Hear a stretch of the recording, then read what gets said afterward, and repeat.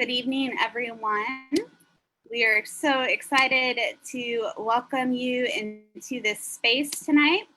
My name is Reverend Katie Sexton, and I am the Executive Director of the Arizona Faith Network.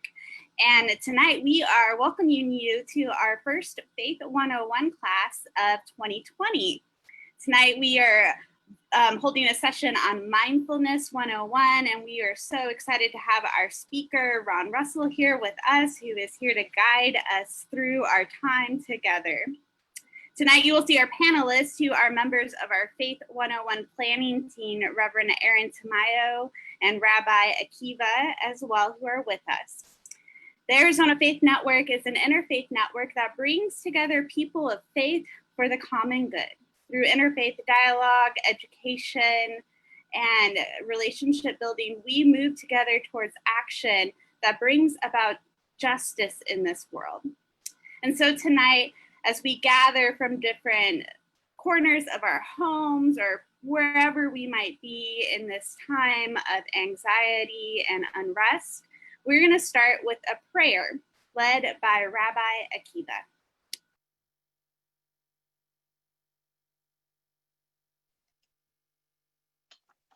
Hello all.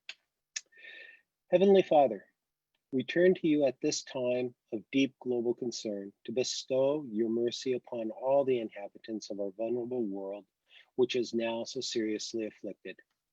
Almighty God, who sustains the living with loving kindness, supports the fallen and heals the sick, grant consolation to the bereaved families and send a speedy and complete recovery to all who have contracted the virus, as the prophet Jeremiah declared, "For I will restore health unto you, and I will heal you of your wounds, says the Lord."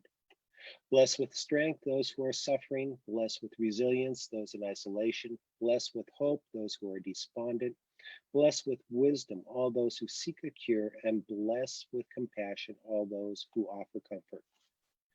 Bless the leaders of our nations, give them and their advisors knowledge and foresight to act with wisdom and sincerity for the well-being of all whom they serve. Bless the doctors, nurses, all healthcare professionals, and key workers who tirelessly seek to heal and help those afflicted, while in so doing put themselves at risk. Open our hearts in prayer and our hands in generosity to guarantee that the physical distance this virus creates between us will be bridged through the compassion and kindness. Almighty God of healing and hope, at this time of heightened global awareness of our mutual interdependence, enable all of mankind to appreciate the strength that comes from being united in concern and love rather than divided with hate and prejudice. As we look to the future, may you endow all people with the capacity to build and sustain societies of unity, tolerance, harmony, and peace. O Lord, our rock and salvation, lead us speedily from despair to hope, from fear to trust, and from the dread of death to the celebration of life. May this prayer of mine come before you at an appropriate time, and may this be your will. Amen. Thank you, Rabbi. Tonight, I also want to introduce Reverend Aaron Tamayo, who is actually the past director of the Arizona Faith Network and a dear friend of mine, as well as an ordained Presbyterian minister and a board member of the United Religions Initiative that we are a part of. Before I give it over to Aaron, I do want to let everyone know that we will have a Q&A session towards the end of this. So if you have questions that come up during this time, please enter them into that box. And please also know that you can communicate with me during Ron's presentation through the chat box as well. Aaron. Thank you, Katie. It's such an honor to be here with you tonight. Again, my name's Aaron Tamayo. I'm part of the AFN Theological Dialogue Commission and a member of the Faith 101 team. One of the key aspirations of Arizona Faith Network is to promote interfaith education in order to build relationships of mutual respect. As the Dalai Lama says, when there's peace among religions, there will be peace in the world. And we believe, and I believe as a member of the Faith 101 team, that a key way of fostering peace among religions is to promote mutual understanding between people of different religions and different beliefs through interfaith education. I like to say that once you know about your neighbor, you are far less likely to fear or disrespect them, and you are far more likely to value, honor, and respect them. As part of the Faith 101 team, we work to provide safe, educational, relationship building opportunities to learn about different faith traditions represented here in Arizona and beyond. But tonight, we welcome you not to an educational event of a particular religion, but instead to an educational event of a practice, which is helpful not only in helping bringing about outer peace, but is helpful in centering and creating inner peace and training of the mind. The practice of mindfulness can be utilized by people of all faith and belief systems. The benefits of mindfulness include so many things, including decrease in stress, increase in happiness, improvement of focus and awareness of many different forms. And the Faith 101 team specifically chose to offer this event at this time to invite us all, regardless of religion or belief, to learn about this practice of mindfulness, which can be utilized in partnership with your own daily prayer, meditation, or belief practice to help ease anxiety and build inner peace in unpredictable times. We welcome Ron Russell, a friend of AFN, a certified Unified Mindfulness L2 coach, to lead us in our exploration and practice of mindfulness. It's my honor to introduce Ron to you tonight.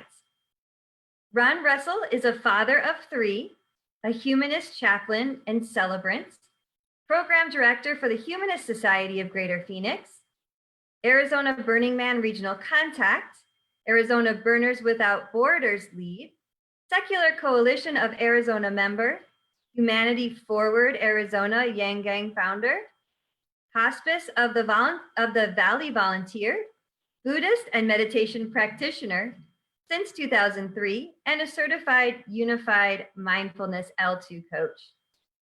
His Unified Mindfulness instruction focuses on scientific and secular approaches to contemplative practices and provides measurable skills in addressing mindfulness off the cushion and placing this into daily practice with benefit. He is heavily influenced by the following: the Dalai Lama, Desmond Tutu, Shinzen Young, Sam Harris, Dan Harris, Jay Meng Tan, Yuval Noah Harari. Welcome, Ron. Thank you so much for being with us tonight, and we look forward to learning from you.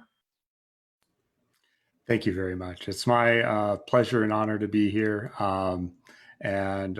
Meditation and mindfulness is one of the skills that I really believe in that can help us to learn ourselves at a deeper and broader level and make positive change in the world. So I'm going to go ahead and share my screen real quick.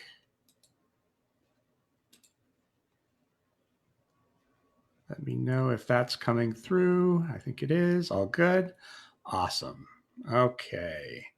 So this is Meditation and Mindfulness 101. So we're going to go over what is meditation and mindfulness, why is meditation and mindfulness important, how to practice, what to watch out for, and then towards the end, we'll go through a guided practice, which is a tour of the senses, as well as a see, hear, feel practice.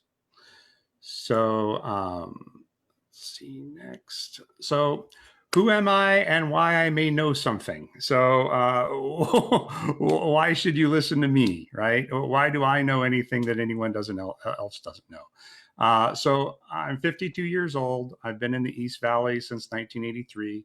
I have 3 kids, 22, 19, and 9. Mindfulness has been an important part of their upbringing. Right. My older 2 kids got my Zen Buddhist practice. And then my youngest is getting my Unified Mindfulness practice, which is a little different. I've been studying and practicing Zen Buddhism since 2003 when I went through a divorce. And since that time have been on this path of exploration and discovery, the journey or the practice. It certainly is a journey. It's a practice. It's not a place where you wind up and you go, oh, suddenly I'm here. It's a constant working towards. I've been a unified mindfulness coach since 2016. Unified mindfulness is a approach, scientific and secular, kind of like mindfulness-based stress reduction, if you're familiar with that. Mindfulness-based stress reduction is one of the ways that we are able to study scientifically what happens to meditators when they meditate. It's an 8-week program from beginning to end, and Unified Mindfulness has a program that is very similar to that, where 8 weeks from start to end, you can see progression and different techniques throughout that. We are an international group of meditation coaches utilizing these scientific and secular methods. These are skills of meditation and mindfulness. They aren't something that you fall into. They're something that you practice, like playing the piano or learning a language. These are all skills that can be developed and honed, nurtured, and fostered. I've been a humanist chaplain since 2017. Been a humanist for a very, very long time, just never kind of fell into that category before, and do work for the Humanist Society of Greater Phoenix as their program director. It is my life goal to share these skills of meditation and mindfulness with others. My kids, my family, on Facebook, here in this format. My real goal is to plant little seeds of knowledge, little seeds that maybe you think about a week or a month or a year later and go, maybe I'll start a meditation practice. This meditation practice is something that people usually come through a difficult time, but it's helpful to you at all points in time in your life. Some of the other things that are flavor text about me, I'm a Burning Man guy. If you know what Burning Man is, great. If you don't, Google it at home. I'm a hospice volunteer. Hospice has been something that's been integral to me, working with death and dying. I'm an IT geek and professional by trade. That is my career. I play Dungeons and Dragons in video games. I'm not your normal meditator who is the guy in the monastery. So I want to start out by kind of defining meditation as a contemplative practice. And there are many different types of contemplative practices in the world. Meditation is one of them. The rosary is another. Centering prayer is another. These are all methods that different traditions throughout the world have utilized to focus a person, right? And apply these skills that we will go over in a specific way for the betterment of those people that are practicing. So as we go through this, look at some of the things in your own life and kind of see where these might fit. Maybe yoga is your contemplative practice. Maybe if you run, that is a contemplative practice. We'll get into the specifics of what makes up a meditation. First, I want to start on definitions. It's important that we all start from the same square. Pedantics matter. Words are important. Poets and individuals have been trying to put what we experience into words for a very, very long time with horrible success, right? I mean, try to describe love on paper and you'll come out with something, right? Something that's kind of like love, but it's not the feeling. So as we go through these things, keep in mind that we're trying to explain an experience in words, and that is inherently difficult. So there's a little bit of groping and grasping and kind of seeking out, being curious, that is really helpful as we go through this practice. So what is meditation, right? Meditation is these three skills working together, right, at the same time: concentration, sensory clarity, and equanimity. Okay. So concentration is the ability to focus on what you want to focus on for as long as you choose to focus on it, right? It is your power of concentration, the eye of Mordor, if you will, right? That you have a very, very intense ability to focus on something, or you have a very broad ability to focus on all of the things that are arising. And these are different ways that you can play with that skill of concentration. But that skill of concentration is most evident when someone is following their breathing, right?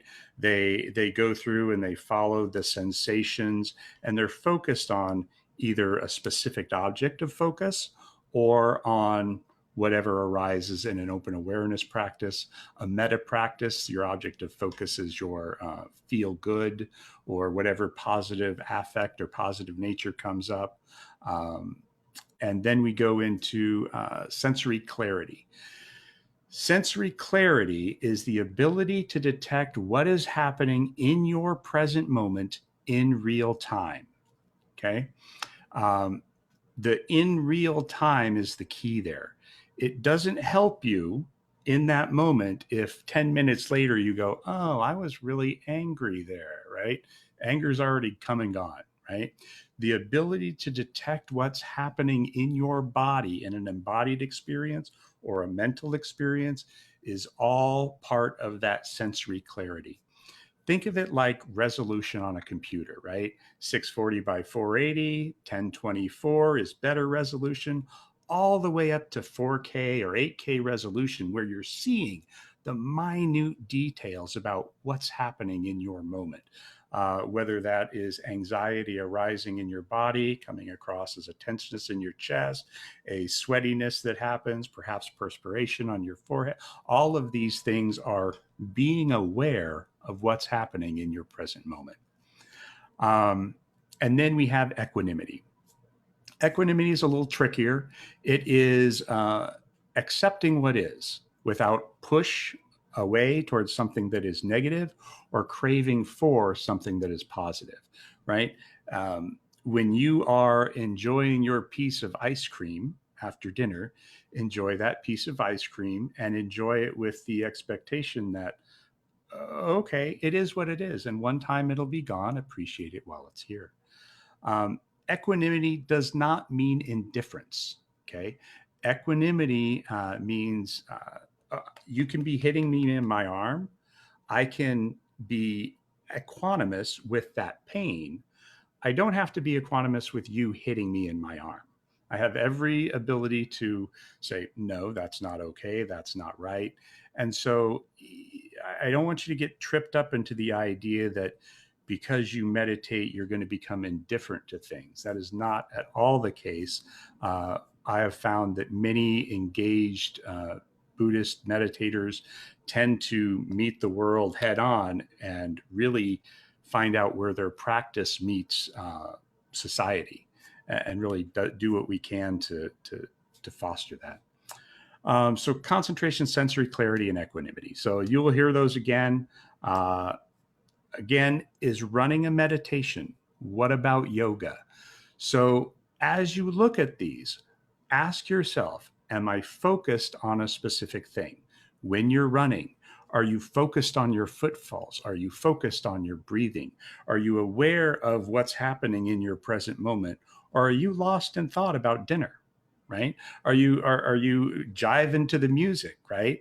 Music is a different meditative technique, and we can get into that later. But and then sensory clarity. Are you aware of what's happening? And then equanimity. When you lose your concentration and your clarity, it goes away. You get lost in thought, as we all will as a part of meditation.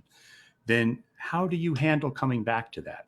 Do you self-critique yourself when you come back? Oh, I can't follow my breath for 5 minutes. I'm a horrible meditator. Well, that equanimity piece is simply, oh, I'm a human being. I lost my train of thought. I'm returning to the moment and starting again, right? That's all it needs to be. So if you're asking yourself, what is my meditation? It is comprised of those three skills. Mindfulness is the skills of meditation that exist, just level baseline, when you aren't doing a specific technique or practice. So sometimes mindfulness and meditation get conflated and confused. So I wanted to make this clear that mindfulness is your baseline level of concentration, clarity, and equanimity that you have when you're not practicing, right? When someone cuts you off in traffic, what is your baseline level of equanimity with that, right? How does that arise in your body, right? Are you aware that, oh, someone just cut me off in traffic and they're out to get me, or they're doing it because they don't like me? Or is the response in your brain, oh, I hope they're okay, not late to the hospital. I hope they're not going to get into a wreck on the freeway. What is your response to that? How do those levels of concentration, clarity, and equanimity permeate your life? That is mindfulness. Why is this important? Why should you be spending an hour on your Tuesday listening to me? So these are the goals, the aspirations of meditation and mindfulness.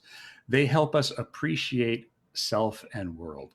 When you're able to sit with your child and really be present with them and adore them and feel their love coming back to you, that's an immensely grateful moment that we can all leverage and utilize if we're present in that moment, right? And we can enjoy the outside nature. I know many people that enjoy walking in nature. It allows us to really appreciate this. And through this appreciation, and through the way we embody our practice, right? Because there's embodying the practice and then there's talking about the practice, right? Do you live your values or do you just talk your values? So when you're able to embody those values in the real world, it helps you in all of your interactions with other people and society. When you're able to see the barista behind the coffee shop having a difficult day, and you're like, oh, I feel your struggle. I am with you in that. I understand that. And you extend that goodwill and that kindness to them. That changes your interaction, their interaction, and it helps to foster and propagate these skills. Reducing suffering, anxiety, building resiliency skills, especially during this time. My meditation practice has been like a life raft, right? When things happen, because I'm a human being like every other human being, I just meditate, right? There's a lot of cognitive dissonance, right? And it helps me to manage that, right? It doesn't make it go away, but it helps me to see that, oh, this is me spinning, me telling myself these thoughts, this story that's going on in my head, that I'm just cycling on. Is that helpful to me? No, probably not. Maximizing fulfillment. Eating is a wonderful example of maximizing fulfillment. There's lots of meditative practices around really tasting the food as you're eating it, really enjoying what a raisin tastes like. When you're able to devote your entire attention to this raisin, it's an amazing experience. The texture, the flavor, the smells, all of the things about it. And it allows you to get so much more out of life. Wisdom, understanding yourself at all levels, the deepest and the broadest levels. When you can understand why you're reacting with anger or frustration, that it's for my kids, you're not doing what I asked you to do. Well, you're doing kind of what you've been taught to do, and it's my reaction to that that is causing this understanding, and then that allows me to work with it in a better way. Positive behavior change, civility and connection with others, how we interact with other people, and the connections that we share, the relationships that we have. Once my meditation practice sunk in and I realized the importance of that, how we are all interconnected, as Rabbi Akiva taught. We are all interbeing and interdependent. And when you see that, you want to help other people because there are other human beings in your same boat struggling just like you are. And finally, service, a sense of love and service. When you realize that we're all in this storm together, all in different boats, it creates a sense of responsibility, right? I have these skills, I have this knowledge, I need to share them with other people so that it can be helpful or not to other people. How to practice. So start small, right? Don't start off by going into the gym, right? And do 30 minutes of a hard workout on your first time. You will wind up not being happy, right? So start small. Start with a single mindful breath. Start with 1 minute, right? Do whatever that minimum effective dose is to get you into the habit of meditation. It is infinitely better to sit down on your meditation cushion and or however you choose to meditate and do it briefly than not at all. Do it regularly most days. Nobody is perfect. Nobody is asking you to be perfect. When you miss a day, don't let that inner critic take you away from your practice by saying, oh, you screwed up. You can't even meditate for 1 minute a day. Use your equanimity, refocus, and go back and just start again, right? I'd like to say meditate 20 out of 28 days, right? It doesn't have to be perfect, but try and meditate most days. Find a regular spot. I have a regular spot where I sit and meditate every morning.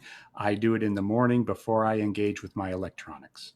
It keeps me from spinning in the mind when I am meditating, because once I usually get engaged with technology, my day starts out.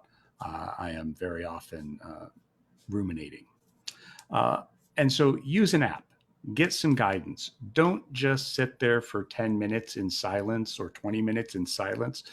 Zen guys do that. They practice that. You don't have to, right? Learn the techniques and learn the skills through guidance before you start going on a 3-day meditation silent sit, right? 10% Happier is by Dan Harris. Bright Mind is a Shinzen Young application and specific to Unified Mindfulness. Calm and Headspace are also good applications. And Ninja Focus is a great one. They're here in town, actually, and they're focused towards children. It's a little app, and they just play with the little meditation warrior bunny and have a good time. There's some yoga there. There's some games. It's a great way to get my kids to do that. So how to continue practice. Let go of your judgment. Observe your inner critic. Recognize that you're new at this, right? Nobody started off playing the piano well, right? We all start off going with chopsticks, right? Meditation is no different. Don't try and do everything all at once.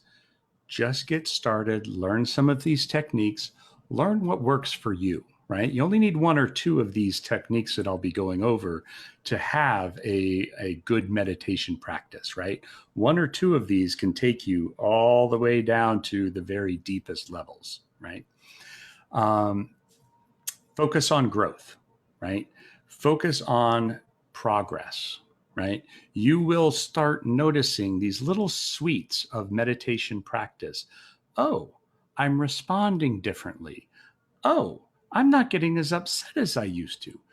Cherish those, savor those, right? Use them to propel your practice forward, right? Uh, Curiosity is my favorite tool. Pretend like you've never had that experience before, and then be curious about your breath. Be curious about what it feels like to have your chest rise and fall. Observe all of that as though you were really trying to explain it and observe it for the first time. Um, ION, interest, opportunity, and necessity.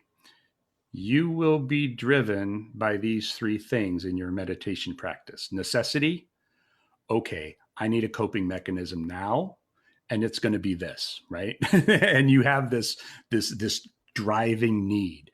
People who find themselves in depressions or anxiety attacks often use meditative practices to try and work their way out.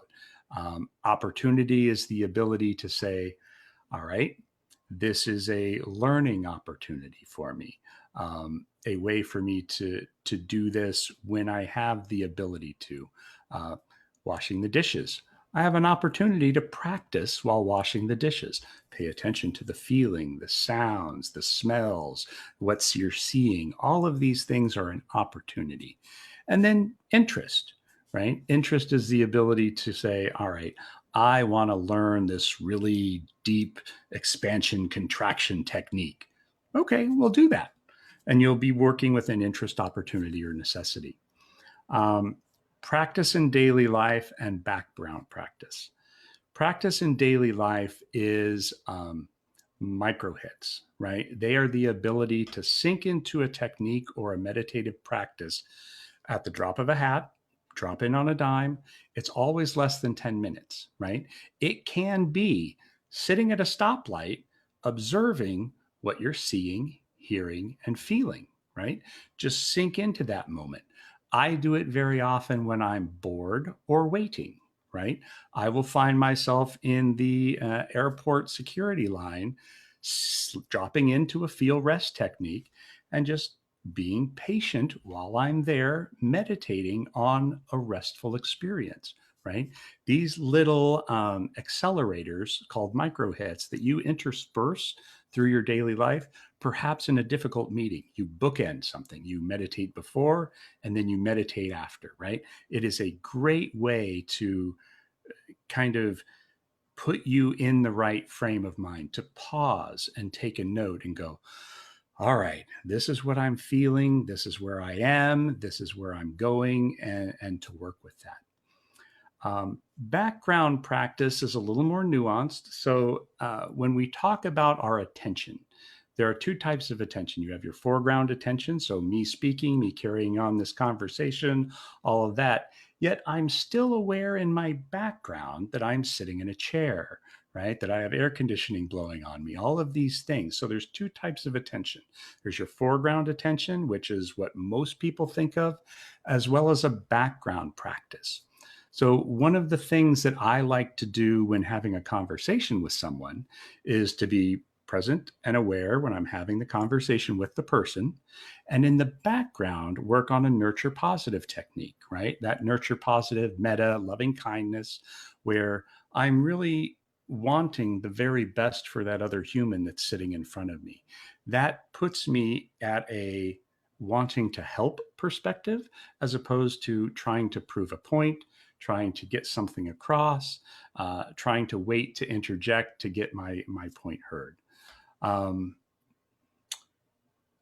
so when you're able to work with both your foreground and your background practice, very, very helpful. Meditation techniques. So I'm going to go over the 4 broad categories of meditation techniques that most contemplative practices will fit into. Appreciation, appreciate self and world. Experience the senses with radical fullness. So these are the appreciate techniques. It's the focused awareness. It's the following the breath, what's happening in my present moment, paying attention to changes, flow, rest, or space. All of these are part of this appreciate or insight practice that most people associate with meditation, right? Nurture positive. This is the metta, the loving kindness, working with positive sensations, but it's to selectively attend to a positive emotion, thoughts, or behaviors, and to really refine these and to cultivate them. It's an interesting fact that our brains don't really know the difference between an actual embodied nurture practice experience and a well visualized nurture positive experience. So, for example, Matthieu Ricard, he's the happiest man alive, right? In an fMRI machine, he is able to cultivate states of ecstatic bliss exceeding that of orgasm, right? In an fMRI machine. And being able to cultivate these and bring these up on demand is an amazing, amazing skill that helps you drop in to these loving, kind practices with other people. And it is one of my favorite practices, and is one of the things that I work with difficult situations, right? Nurture positive makes you feel good for a little while because everything's impermanent and everything will pass. But working with this helps you appreciate it and see it more in your life. And the more you work with it, the more you see it, the more you start to notice it, the more you start to appreciate it. Transcend. This is the more esoteric, contacting something beyond the senses. Note gone, expansion, contraction, and source. So where do things go when they go away? So where does your consciousness go when you go to sleep, right? Where does the sensation of the bell stop? Where does your toothache no longer hurt, right? When do these things go? We as humans tend to notice the arising of sensations and not the passing of sensations. So the passing of sensations is a specific meditative technique that is really, really powerful because it brings you into really noticing what's happening and, more importantly, what's not happening, right? Expansion contraction is the plussing and the minusing, the pro and the con, the happy and the sad, the joyous and the depressed, right? There is a movement that happens in all things back and forth, a constant expanding or contracting, or sometimes both, right? This is sometimes seen through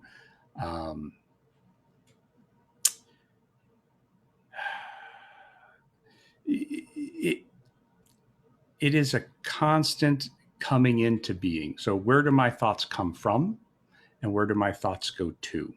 I didn't know the whole train of thought before I started talking these thoughts. These thoughts are just arising. They're coming into my consciousness. I'm speaking the words and they are retracting, contracting back out and going back into wherever they came from. The old koan, what was your face before you were born, right? Where is that? And then source. So source is that place where all things come from. If you want to call it God, you may. If you want to call it the universe or nature, you may. There are all different ways to describe and put this. The best sense is that sense of awe, right? Looking up from the ground into the vastness that is space and the sky and the stars. There is a sense of wonder and awe that permeates that. And that falls within that transcend quadrant. And finally, spontaneity, energy, bounce, creativity, working with what's just happening, right? And these fall within the auto move, auto think, and auto speak, right? How a kid plays. A kid doesn't think about what he's going to play and do. He just plays, right? how we walk, right? We don't think about every footfall, every balance, every movement. We just go, hey, I'm going to go to this fridge and I'm going to get a drink. And up you go and off you trottle, right? It's that auto and that spontaneity that comes up from that. Where do the next words and thoughts come from? And auto speaking within conversations, right? Working with and being a part of that joy that is that wonderful conversation that we've all been a part of. What to watch out for? So, as in all things, there's difficulties, right?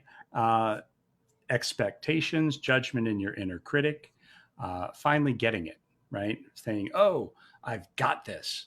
Well, think of it more like a journey, right? You may have the practice and the technique, but I've been doing this for a long time and I'm in a constant state of learning. That's good, right? That's flourishing, that's growth. With certain techniques, feel rest, right? If you have a pain in your back, right, and it's a chronic pain and it's always been there, finding a technique that allows you to sink into rest and appreciate that rest and relax around that pain can sometimes cause that pain to expand, right? That is simply the lack of contraction around that pain. And it's something to work with, right? It should not be flooding. It should not be overwhelming. If it is flooding and overwhelming, think of it like windows and walls, right? There are windows of opportunity to practice, and there are walls that are too difficult to pass through, right? And it is up to you to decide that window and wall perspective, right? Do you really sink into this difficult sensation and bear down and work through it? Or do you go, no, this isn't the right time for that. I'm going to move to a different technique. Disconnecting from others or flatlining, becoming emotionally indifferent. Some meditators can report feeling disconnected, right? And that means that you have gone deeply on one particular quadrant, and perhaps you could use a little spontaneity, right? Or nurture positive in there, right? And so working with your different techniques to go, oh, this isn't something that I should work, that I need to be experiencing. Hey, how can I work with this and utilize the skills of mindfulness and the tools in your toolbox? Because that's all these skills are tools in your toolbox to help you work with wherever you are. And finally, the dark night of the soul. So a difficult experience that people go through. It's rare, but people have reported trauma. This is where you really want to have a coach, a expert who can help you to go, oh, well, have you tried this technique? Or perhaps you should work with it in a different way. Or have you tried reframing it with this perspective? But these are all things to be careful of, to watch out for.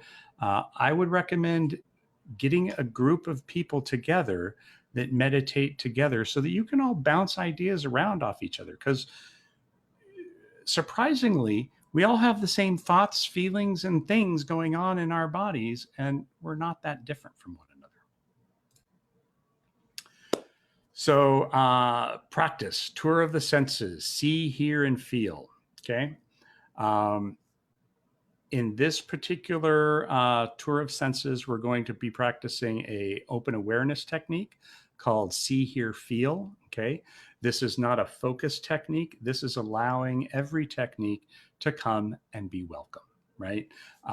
So if you get distracted by the air conditioning, then note the air conditioning. If you're distracted by my voice, note voice or sound or hear. See, hear, and feel are the three categories. And you'll see here in contemplates your mental images. So if you close your eyes and I say banana, you have an image of banana, right? It is also that modeling or that black and white kind of texture that is behind your visual screen, usually right behind your eyes. It's odd that it's right there and not behind your head, but there it is. Your out is all of your external sights. And then a visual rest. So if you have a soft gaze, you aren't gazing at anything specific, just a soft gaze or a restful gaze with your eyes closed, right? That modeling of the visual screen is also rest. Flow, changes in your visual spectrum, right? So as I move from a water bottle to a computer to a microphone to a camera, these are all changes in flow of my visual spectrum. And then visual spaciousness. So as I close my eyes, I still have a sense of spaciousness around me. What is that sense of spaciousness that I see in my mind? Herein is your mental talk, the stories you tell yourself, your inner critic, all of the mental dialogue that happens, the rumination in the stories. Here out is your external sound. So my voice, any sounds that are happening, a fan in your room. Here rest, the quiet, right? That restful state of no sound. Flow, the change in that, right? From a restful state to an active state. That is flow or change. And then spaciousness. You can hear with your eyes closed pieces of space around you, right? And it's usually something generating noise, but there is a spaciousness that you can be aware of. And then feel. Feel in is your emotional body sensations, your body experiences. Feel out is your physical body sensations. So touch, smell, taste all fall within the feel category. Anger, tension, sadness all feel within the feel in category.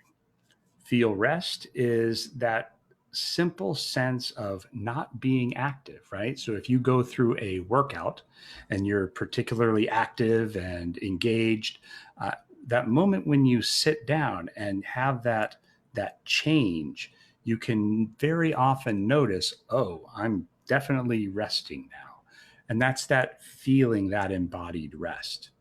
You can notice that on your physical sensations as well as your emotional sensations.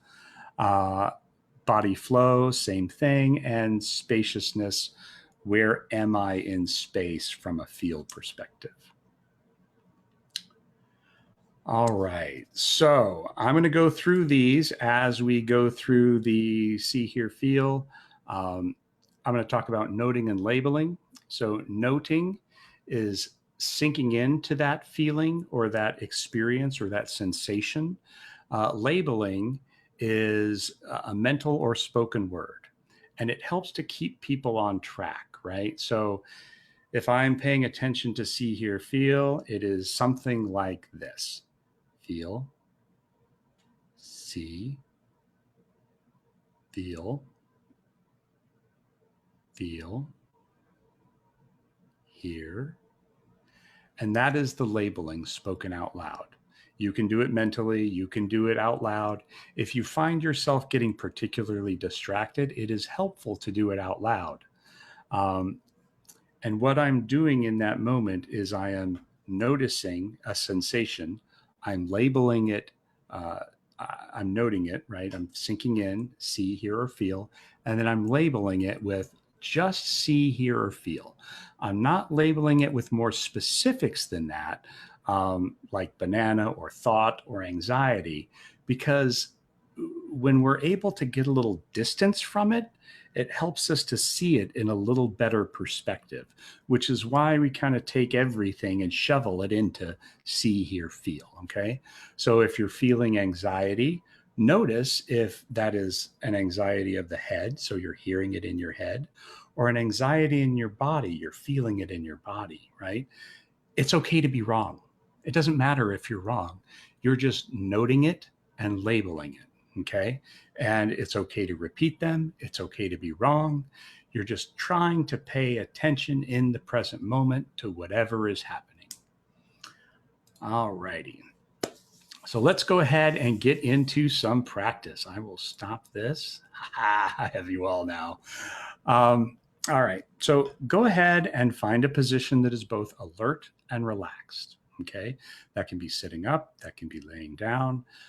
That can be eyes open. That can be eyes closed. It really doesn't matter, right? The key here is to not be so comfortable that you'll fall asleep. So we like to stretch up and settle in. Make sure the back is straight and that you're feeling your seat.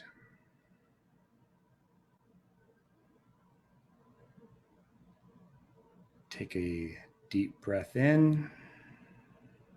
Feel your breath coming in and feel your breath going out.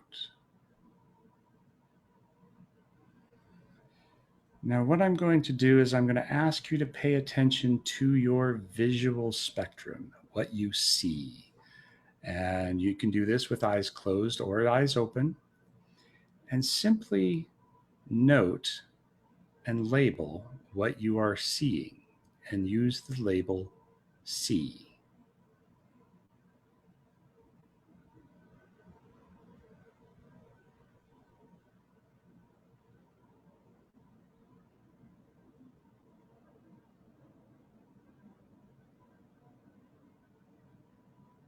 And this can be a blank screen behind your eyes. This can be eyes darting from object to object. I'm seeing a bottle, a book, a remote, a mouse. All see.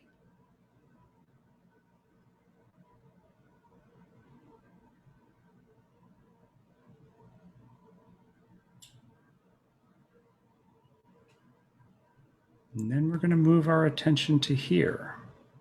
It can be out or in, audio, my voice, or your thoughts or thinking. All of them are labeled here. Just notice what you hear in your here spectrum.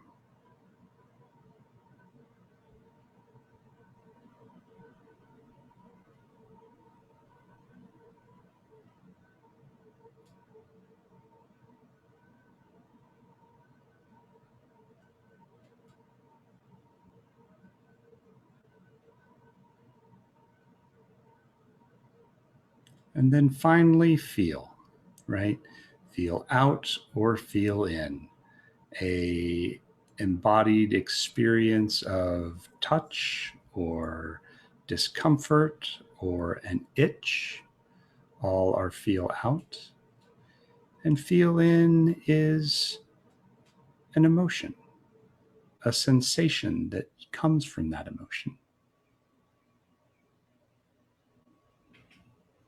And pay attention to whatever is arising in just the feel spectrum for you right now.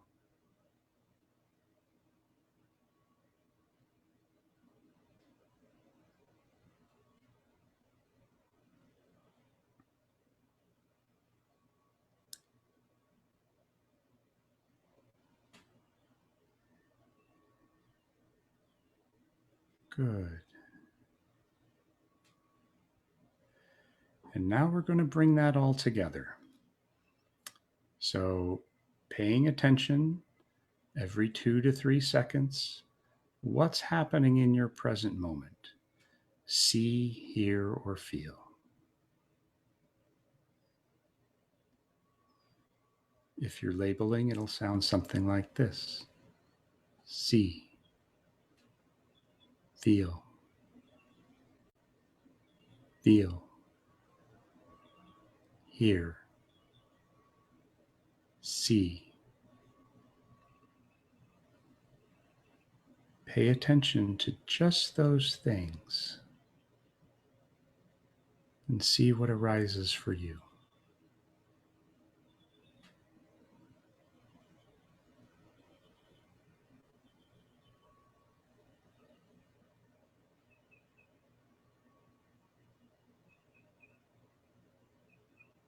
And again, if you get distracted by a thought, that is here.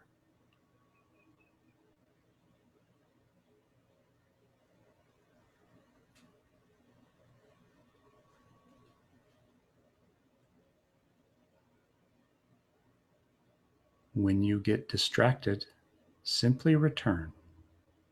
See, hear, and feel.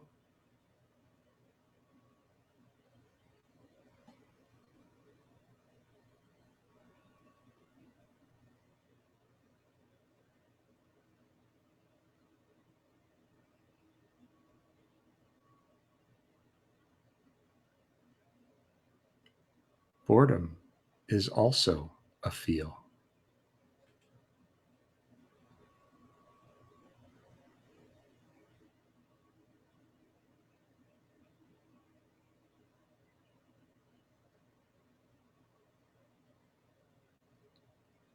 Now take a moment and bring your focus to your breath, which is feel. Breathing in, I am aware I am breathing in. Breathing out, I am aware I am breathing out. In, feel. Out, feel.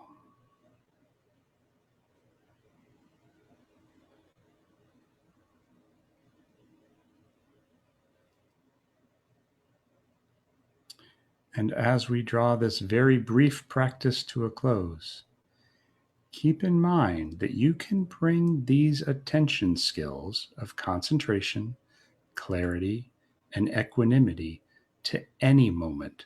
It does not need to be in a meditative practice.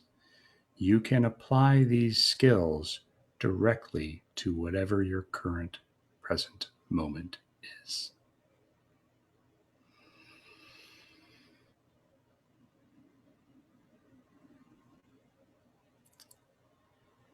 And I wish to thank you for this time during this practice. Through understanding ourselves at a deeper and broader level, we help the world, every interaction. So I wish to thank you for your time tonight. And if there's any questions, by all means, I'm more than happy.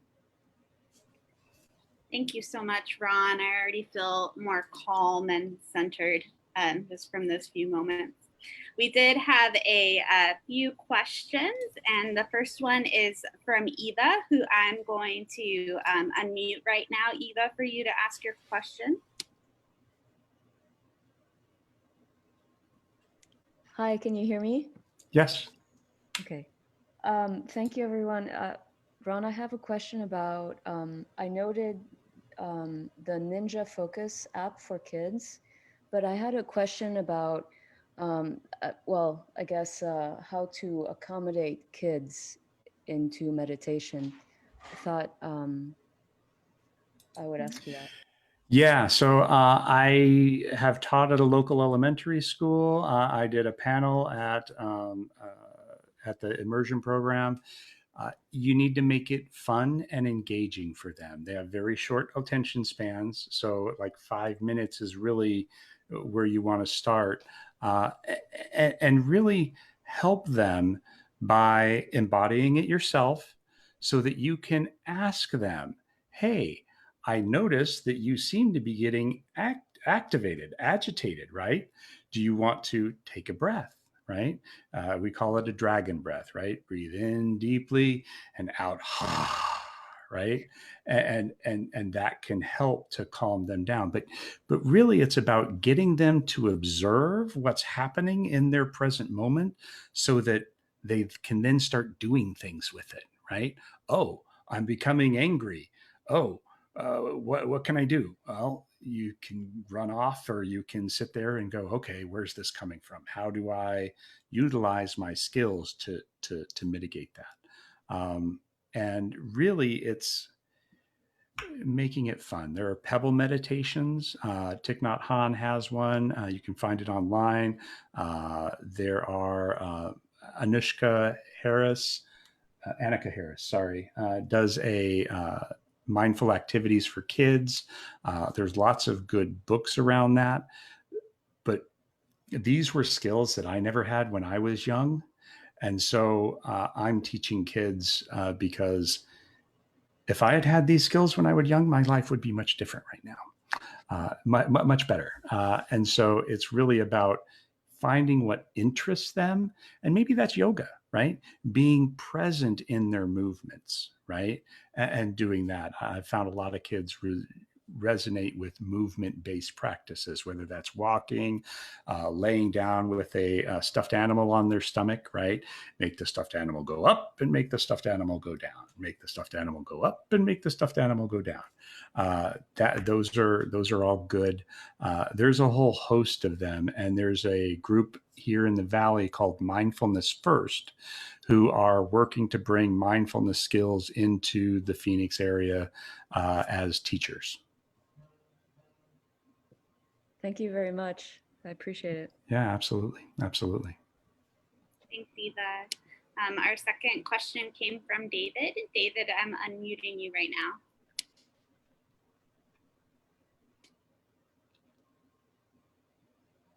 Have I muted? There we go.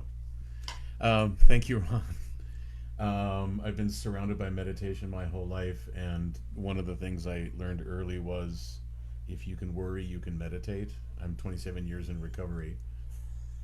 I was really interested, and I've never been taught. I was really interested in the concept of expansion and contraction because, and I'm guessing a lot of people experience this, where the thought or feeling comes, you acknowledge it, and then that's where I set up camp, and I never get away from it. So I would love to hear you talk more about that.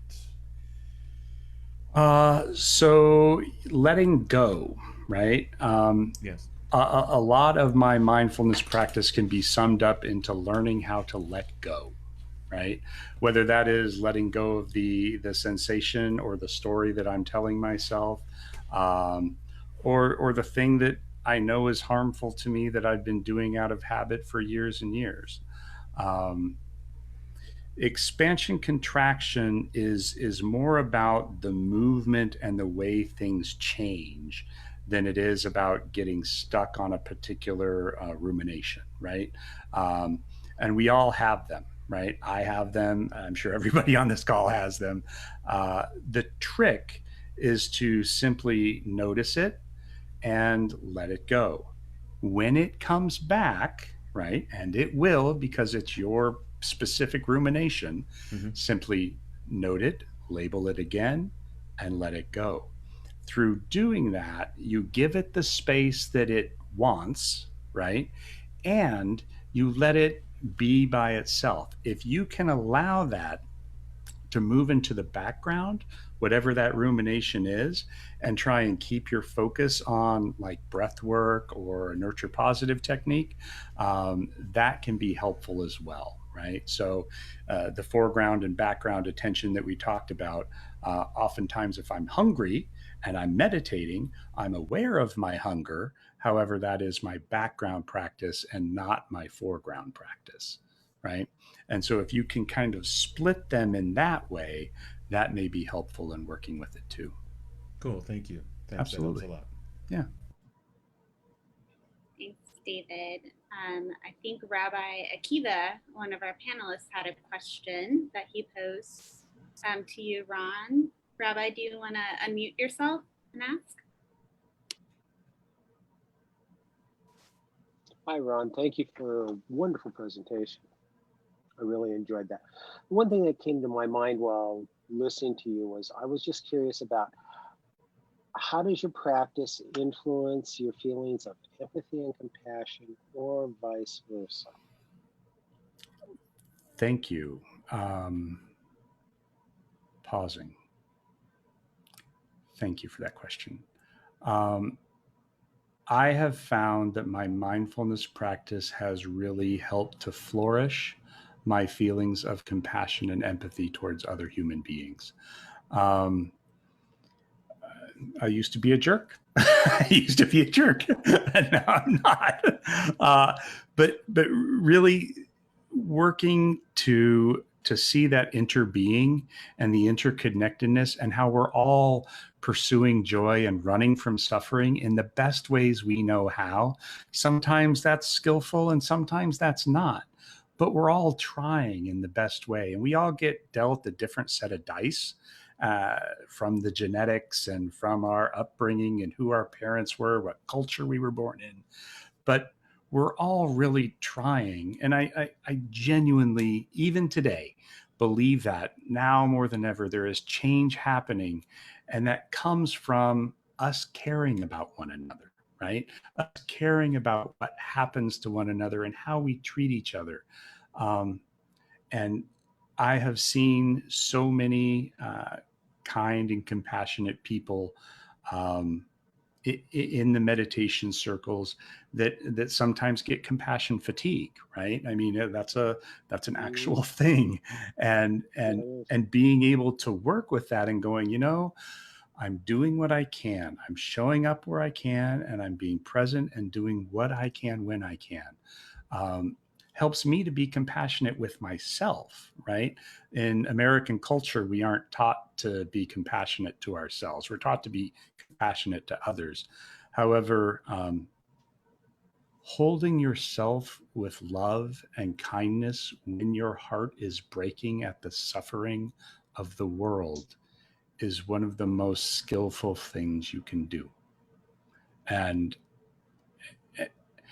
my contemplative practice, which is meditation, has brought me to that point where I really have a deep desire to help others to not go through as much suffering as they do. Shinzen Young has a math thing for suffering. Pain times resistance equals suffering, right? The pain that everyone feels, the resistance that we give it, right? Craving or aversion equals the suffering. If you don't apply any additional resistance to that, you just have the pain, right? And we're all going to have that pain, right? We're all going to have that. What we contribute to that just makes it more difficult. Yeah. Thank you. Absolutely, sir. Absolutely. Very, very powerful conversation there. Our last question for this evening is from Reverend Aaron. Hi, thank you again so much, Ron, for being with us. One of the things that you talk about is how to use these practices off the cushion. I've heard you say a couple of times, and that's why I really appreciate learning from you. One thing that I wish you could explain a little bit more that's not only pertinent to my life and my work, but specifically, I think, to all who are involved with AFN. And this is the question: how do you practice equanimity and also balance that with the strive for social change and social justice? Okay, that is a great question. So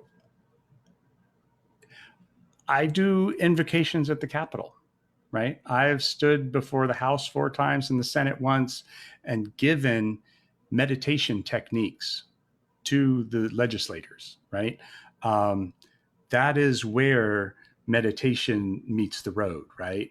When I'm able to maybe give a legislator a moment of loving kindness or empathy for their opponent, that's making change, right? That is putting your values into action, showing up for things like of a political nature, right? And working to really engage with society in that way, and really going, I can't change the world. Nobody can, right?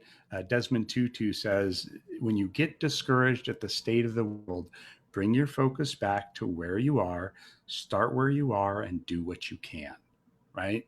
And show up for those moments, put yourself out there, and really try and embody those values for yourself, for your own well-being and happiness, and so that other people can look at you and go, they've got something that I want to learn, because there was nothing about the Buddhist monks that I was studying that made me go, they were really happening guys. It was all of the skill that they portrayed and how they exemplified that calmness and really being collected, that made me want to go, how do I learn that? How do I become engaged with that? So Katie and Aaron, you are great role models. I know this already, but how you show up in the world matters, right? And how you engage with people on Facebook, people in this community, it doesn't matter. Showing up knowing that, oh, you're probably lashing out because you're in pain, or you're lashing out because something is happening within you that is causing you to do this, and really having some compassion, right, for them, as opposed to saying, well, you're just being a dork, right? Stop doing that. um, eh, eh, but really get engaged and involved with the communities that you're a part of, right? It doesn't matter what that community is. Show up and do the work, volunteer where you can, and don't get so wrapped up in this I have to accomplish everything, because that's my problem. Oh, that was a great answer there, Ron, and a great question, Aaron. Oh my gosh, way to put him on the spot, but such a profound answer. We are so grateful for everyone showing up tonight that is here. We are recording this presentation and we'll post it on our Arizona Faith Network YouTube and Facebook. If you are not already a partner with AFN, you are absolutely invited to engage with us. You can connect more through our website at arizonafaithnetwork.org or Facebook at Arizona Faith Network, as well as on Twitter. We're not as active on Twitter quite yet, but we are getting there. Ron, thank you so much for your time tonight. Ron is a partner with us in AFN, and we are grateful for the many things he works on with us, and the not just meditation and theological reflection, but the movement for justice he does with us and the rest of the Arizona community in a time such as this, a time that needs justice, and a time that also needs some mindfulness. So we are grateful you were here tonight. We will be asking Ron as well to post a little 5-minute meditation for us at some point that we can share with you to continue these skills, and we'll make sure to send that out to everybody who registered.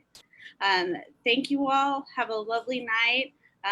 Go practice some meditation, some breathing, some feeling before you go to bed tonight. Blessings to all. Good night. Good night.